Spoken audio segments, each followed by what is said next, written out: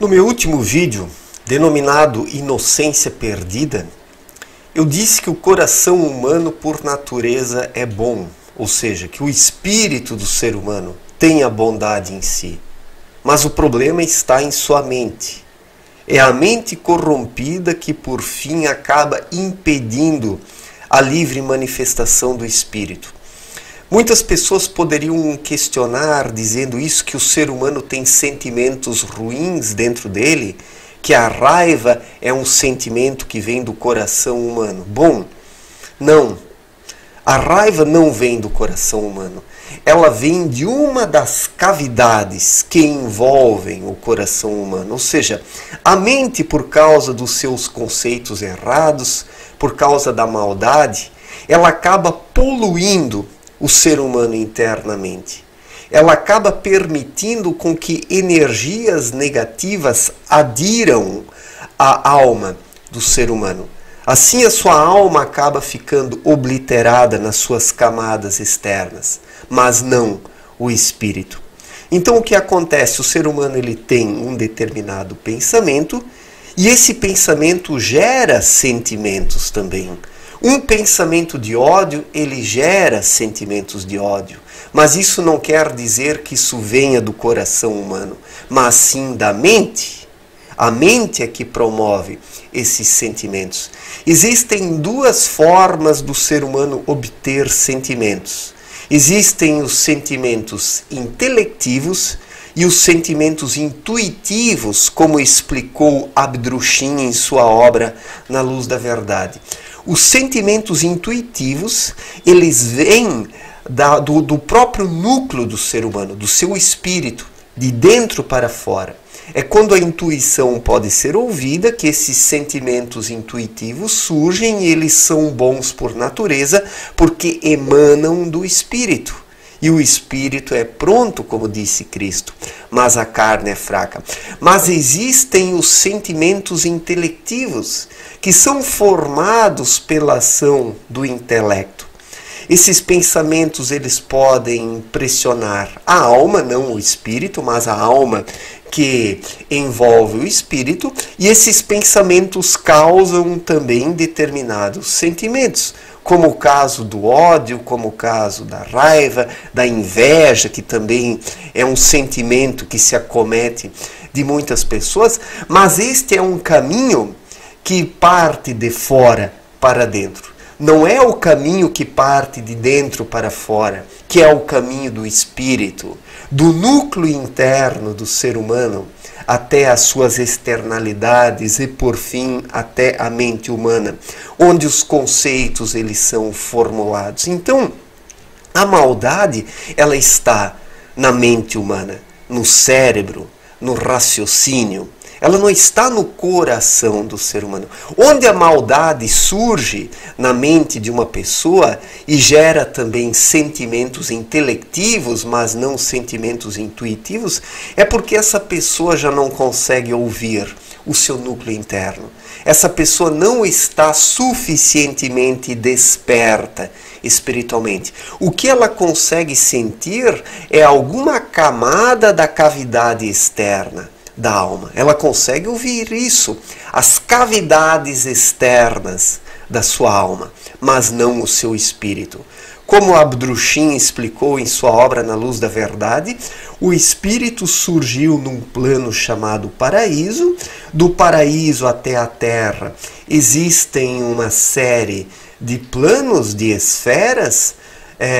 O espírito foi atravessando por cada uma dessas esferas, em cada uma delas ele recebeu uma capa envoltória, e no plano terreno, que é a última das esferas, recebeu o corpo terreno, que é o mais grosseiro de todos os envoltórios, ou a mais grosseira de todas as cascas. E o cérebro está nessa casca mais grosseira do ser humano. O intelecto é ainda um instrumento terreno. né?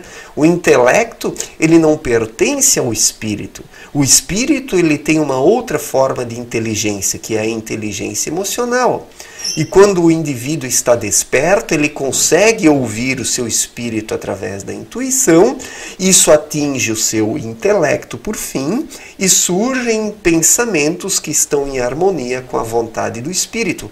Esse é o caminho da vontade do espírito, de dentro para fora. Mas nos dias atuais, poucas pessoas apenas conseguem ouvir o espírito na sua naturalidade, na sua integralidade, porque foram soterradas pelos conceitos errados existentes em suas mentes. As pessoas estão sintonizadas em muitas coisas erradas, por isso que não conseguem ouvir o seu espírito.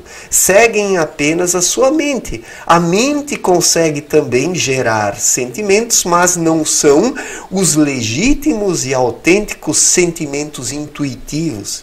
Muitas pessoas confundem a intuição com esses sentimentalismos que são gerados pelo intelecto. Mas esses sentimentalismos não personificam a vontade do ser. Então muitas pessoas, diante dessa situação, já tendo se frustrado algumas vezes por terem seguido os seus sentimentos intelectivos, por fim dizem: eu vou seguir apenas a razão é o caminho da verdade que vai me conduzir ao que é certo. Sim, a razão, ela é fruto das experiências humanas, do que deu certo e do que deu errado. Mas em alguns momentos da vida, nós precisamos ir para além da razão, para que nós possamos nos superar, para que nós possamos transcender a nossa condição. E para isso é preciso ouvir a intuição, os sentimentos intuitivos, e não os sentimentos intelectivos que são gerados pelo próprio intelecto, que age sobre as camadas externas da alma, de onde resultam também sentimentos, mas são sentimentos enganosos. Então, muitas pessoas que se frustraram com esses sentimentos enganosos, os confundindo com a intuição, com o verdadeiro ser, dizem: não, é preciso seguir apenas a razão. A razão indica o caminho da verdade. Em certa medida, sim, a razão é útil frente àquilo que já foi experienciado e vivido pelos seres humanos. A razão é uma espécie de um denominador comum acerca do que pode dar certo e do que pode dar errado. Mas em algumas situações da vida, quando é preciso inovar, dar uma guinada na nossa existência, é preciso ir além da razão. Na verdade, sempre é preciso ir além dela, ouvindo o seu espírito, a sua intuição. Só que a intuição também não pode ser confundida com os sentimentalismos que são produzidos pela própria mente humana. Então é preciso se estudar muito, é preciso se observar, é preciso ser natural ao máximo para que essa vontade do espírito possa fluir. Do contrário, o ser humano não sabe nada do seu espírito, ou ele se entrega a esses sentimentalismos que são originados pela mente, ou ele se frustra com eles e passa a seguir apenas a sua razão, mas isso acaba limitando o ser humano. É preciso seguir o espírito, a intuição, o que é a bondade originária do ser humano. É por isso que eu afirmo que em seu coração, em seu espírito, todo ser humano é bom. Inclusive assassinos, inclusive pessoas da pior espécie, têm um coração bom, ou o tiveram num determinado momento. Porque nós temos que acreditar que a nossa atual existência é apenas uma entre tantas outras que nós já tivemos ao longo da linha do tempo. Porque existem as reencarnações, os cristãos não acreditam nisso. Eu me denomino um cristão espiritualista, eu não sou espírita, mas eu acredito nas reencarnações porque elas explicam muitas coisas do nosso mundo atual, as inúmeras diferenças existentes entre as pessoas. Algumas pessoas, ao longo de suas múltiplas encarnações, soterraram completamente o espírito, alimentaram apenas a mente com conceitos errados, assim ela poluiu as cavidades externas da alma, criou uma verdadeira capa envoltória em torno do espírito, de modo que ele não pode mais ser ouvido. Então, o canal que leva até o espírito, o caminho de ligação com o espírito, precisa ser mantido aberto pelo ser humano, para que as suas intuições possam fluir de dentro para fora. É preciso fazer aquilo que Cristo disse, orar e vigiar. Cristo mesmo disse, orai e vigiai para não caíres em tentações. O que é o orar? O que é orar? Orar é pedir ajuda para Deus, é pedir forças para que nós possamos superar as dificuldades. Mas o que é o vigiar? O vigiar é ouvir a sua intuição, o seu núcleo interno. Quando este núcleo interno está desperto, ele está em ligação com os planos espirituais, recebendo deles as energias de que necessita para se manter forte e fazer frente às tentações. Então tudo está dentro do ser humano, em seu espírito, em seu coração, mas no núcleo do seu coração, não nas arestas externas do seu coração, porque os maldosos, eles ouvem as arestas externas do seu coração, que estão poluídas. Essas arestas estão conspurcadas com sedimentos anímicos negativos gerados pelo próprio intelecto. Mas em seu coração, o ser humano tem a bondade, a verdade, o conhecimento. Mas é preciso se libertar de todas essas capas envoltórias que se formaram em torno do coração, em torno do espírito, por causa de uma mentalidade poluída, que poluiu as cavidades que envolvem o espírito humano, e assim ele não pode mais ser ouvido. Então, para que ele possa fazer a diferença nessa vida, o ser humano precisa ouvir a sua intuição. Isso significa aquilo que Cristo disse, nascer de novo. O que Cristo quis dizer com esse nascer de novo dito para Nicodemos? Nicodemos não entendeu, ele falou, bom, mas como pode um homem da minha idade voltar para o ventre da sua mãe e nascer de novo? Então Jesus falou, bom, você é mestre aqui entre os judeus e não sabe disso?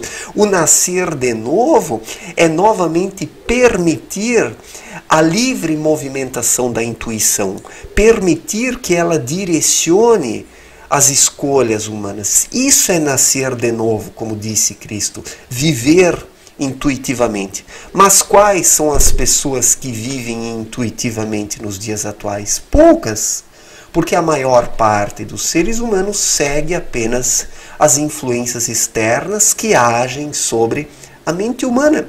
Todos esses conceitos errados adentram o cérebro, se depositam lá e acabam criando barreiras que impedem a livre manifestação e livre movimentação do espírito. Então, a maldade, ela não emana do coração humano. A maldade, ela emana da mente humana. Ela surgiu da mente humana. Quando, num determinado momento da história da humanidade, os primeiros seres humanos começaram a contrariar a intuição, criaram determinados conceitos que são contrários à vontade do espírito.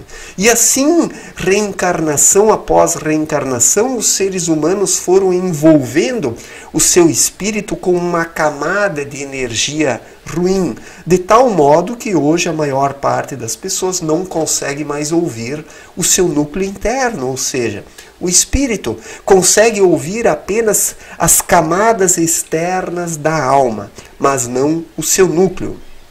Como Abdrushim também explicou em seu livro Na Luz da Verdade, o ser humano é formado por espírito, alma e corpo. O espírito é aquilo que partiu do paraíso passou por diversos planos, a cada novo plano uma camada se formava em torno do espírito, até por fim chegar na Terra, onde o espírito então encarnou dentro do corpo. Então, essas diferentes camadas constituem a alma. E o corpo é a mais densa de todas as camadas. Então, a maior parte das pessoas ouve apenas as camadas externas da alma, ou apenas o intelecto mesmo, mas não o seu núcleo.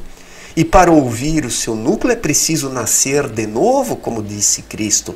É preciso orar e vigiar, como disse Cristo.